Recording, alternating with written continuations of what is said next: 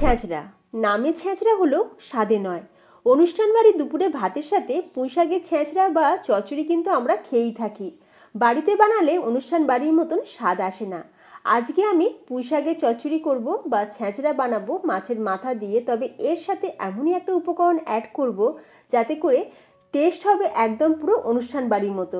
নমস্কার, বেঙ্গলি পাকশালায় তোমাদের সকলকে স্বাগত জানিয়ে আজকের এই দারুণ স্বাদের পুঁই ছ্যাঁচড়া রেসিপিটি শুরু করছি। তো পুঁইশাকের চচ্চড়ি বা ছ্যাঁচড়া বানানোর জন্য আমরা এখানে নিয়ে নিয়েছি পুঁইশাকটাকে দেখো আমি ঠিক এইরকম একটু ছোট করে কেটে নিয়েছি। আর পুঁইশাকের যে ডালগুলো আছে, যেগুলো মোটা ডাল, সেগুলো মাঝখান থেকে একটু করে কাট লাগিয়ে দিয়েছি। এতে করে মশলাটাও খুব ভালোভাবে ঢুকবে আর পুঁইশাকের এই যে ডাঁটাটা সেটাও কিন্তু খুব ভালোভাবে সুসিদ্ধ হবে। পুঁইশাকটা কেটে ধুয়ে জল ঝরিয়ে রেখেছি। এরপর এখানে আমি কিছু সবজি নিয়েছি, আলু, কুমড়ো, ঝিঙে, কাঁঠালের দানা, কচু। তোমরা চাইলে বেগুনও দিতে পারো, পটলও দিতে পারো, আবার বরবটিও দিতে পারো। যেহেতু বেগুনটা বাড়িতে খাওয়া হয় না, সেই জন্য আমি বেগুনটা কিন্তু ব্যবহার করলাম না। এখন গ্যাসের ওপর কড়াইতে দিয়ে দিলাম সর্ষের তেল। পুরো রান্নাটা কিন্তু সর্ষের তেলেই করব। এবার তেলটা যতক্ষণ গরম হচ্ছে, অন্যদিকে এখানে আমি নিয়ে নিয়েছি রুই মাছের মাথা। রুই মাছের মাথাটাকেও ভালো করে ধুয়ে নিয়েছিলাম। এখন রুই মাছের মাথার মধ্যে অল্প সামান্য লবণ আর হলুদ মাখিয়ে এখন আমরা রুই মাছের মাথাগুলোকে ভেজে নেব। মাথাগুলো ভাজার সময় চাপা দিয়ে রেখেছিলাম যাতে ছিটকে না আসে তেলটা। তো মাথাগুলো ভাজা হয়ে গেছে, তুলে রেখে দিয়েছি। এবার কড়াইতে ওই তেলের মধ্যেই আমি এখানে যে সবজিগুলো শক্ত বা সিদ্ধ হতে সময় বেশি নেয় সেই সবজিগুলো দিয়ে দিলাম। যেমন আলু, কুমড়ো, কাঁঠালের দানা, কচু, এই সবজিগুলোকে দিয়ে খুব ভালো করে ভেজে নিয়েছি। সবজিগুলো খুব ভালো করে যখন ভাজা হয়ে যাবে, বেশ অনেকটা নরম হয়ে যাবে, তখন আমরা অ্যাড করে দেব ঝিঙে। কারণ ঝিঙে দিলে কিন্তু জল ছেড়ে দেবে, সবজিগুলো ভালোভাবে ভাজা যাবে না, আর ঝিঙে এমনিতেই খুব তাড়াতাড়ি নরমও হয়ে যায়। তো সবজিগুলো মোটামুটি ভাজা হয়ে গেছে। 1 চামচ লবণ দিয়ে সবজিগুলো ভালো করে ভেজে নিয়ে তুলে রেখে দিলাম। তারপর কড়াইতে যে অবশিষ্ট তেল রয়েছে তার মধ্যে দিয়ে দেবো সেই বিশেষ উপকরণটি।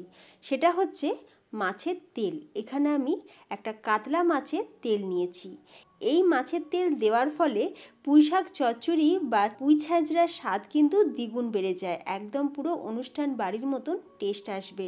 মাছের তেলটা অবশ্যই দেওয়ার চেষ্টা করবে, অল্প সামান্য দিলেও কিন্তু দারুণ টেস্ট আসে। এখানে আমি একটা কাতলা মাছের তেল ভালো করে ধুয়ে রেখেছিলাম, নুন মাখিয়ে রেখেছিলাম। মাছের তেলটাকে এখন ভালো করে ভাজা ভাজা করে নেব। অবশ্যই কিন্তু গ্যাসের ফ্লেমটাকে লো টু মিডিয়ামে রেখে মাছের তেলটাকে ভালো করে ভেজে নিতে হবে, যাতে মাছের তেলটা যেন কোনোভাবেই কাঁচা না থেকে যায়। খুব ভালো করে মাছের তেলটা ভেজে নেওয়া হয়ে যাওয়ার পর এখন কড়াইয়ে মাঝখানটা একটুখানি খালি করে দিয়ে তারপর এর মধ্যে দিয়ে দিচ্ছি 5 ফোড়ন, গোটা শুকনো লঙ্কা, তেজপাতা। ফোড়নটা ভাজার যখন সুন্দর একটা গন্ধ ছাড়তে শুরু করবে, দিয়ে দেবো এখানে পেঁয়াজ।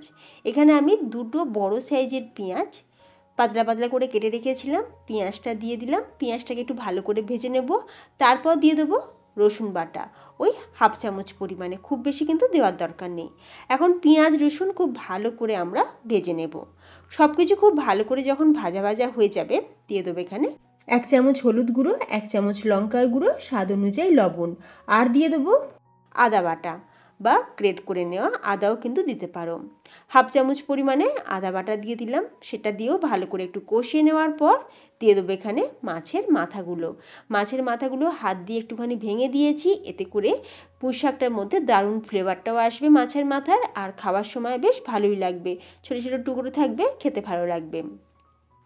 মাছের মাথা মশলার সাথে খুব ভালো করে কষিয়ে নিয়েছি। এরপর দিয়ে দেবো এখানে জল ছাড়ানো পুঁইশাকটাকে দিয়ে এবার চাপা দিয়ে আমরা সিদ্ধ করব। আমি কিন্তু এখন লবণ অ্যাড করিনি। পুঁইশাক চাপা দিয়ে এইভাবে রান্না করলে দেখবে নিজে থেকেই জল ছেড়ে দেবে, আর সেই জলেতেই কিন্তু পুঁইশাকটা অনেকটা সিদ্ধ হয়ে যাবে। মোটামুটি 70 to 80% পুঁইশাক কিন্তু খুব ভালোভাবে সিদ্ধ হয়ে যাবে। এবার ঠিক 10 মিনিট পর ঢাকনাটা খুলে নিয়েছি, আর ভেজে রাখা সবজিগুলো এখন দিয়ে দিলাম। খুব ভালো করে একবার একটু নাড়াচাড়া করে নিলাম। নাড়াচাড়া করে নেওয়ার পর দিয়ে দিলাম অল্প সামান্য একটু জল দিয়ে একবার ভালো করে নাড়াচাড়া করে নিয়ে আবারও আমি চাপা দিয়ে কিছুক্ষণ কুক করে নিয়েছি।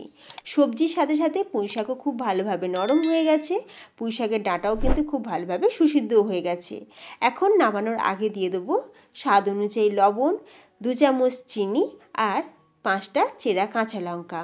তবে চিনিটা কিন্তু আমি একটু 2 চামচ পরিমাণে দিলাম। তোমরা যদি এর থেকে কম মিষ্টি পছন্দ করো তাহলে চিনিটা হাফ চামচ বা 1 চামচও দিতে পারো। এরপর সবার শেষে অ্যাড করে দিলাম 1/4 টিস্পুন পরিমাণে গরম মশলার গুঁড়ো। ব্যাস পুঁই শাকের চচ্চড়ি বা পুঁই ছ্যাঁচড়া আমাদের একদম তৈরি। গরম ভাতের সাথে এই রকম জমজমাট একটা পুঁই শাকের রেসিপি থাকলে দেখবে সবাই চেটেপুটে খাবে। যারা পুঁই শাক খায় না তারাও কিন্তু রীতিমতো প্লেট চেটে খাবে। তোমাদের কেমন লাগলো আজকের এই দারুণ স্বাদের অনুষ্ঠান বাড়ির মতন পুঁই শাকের রেসিপি অবশ্যই আমাকে কমেন্টে জানিও। রেসিপিটা ভালো লাগলে লাইক, কমেন্ট আর চ্যানেলটা সাবস্ক্রাইব করে যেতে কিন্তু একদমই ভুলো না। একবার আমার রিকোয়েস্টে এই রকম পুঁই ছ্যাঁচড়া রেসিপিটি নিজের হাতে বাড়িতে বানিয়ে দেখো। কথা দিচ্ছি তোমরা কমেন্ট করতে বাধ্য হবে। তাহলে ফ্রেন্ডস, ভিডিওটা আজ আমি এখানেই শেষ করলাম। তোমরা সকলে ভালো থেকো। দেখা হবে নতুন কোনো রেসিপির সাথে। ধন্যবাদ।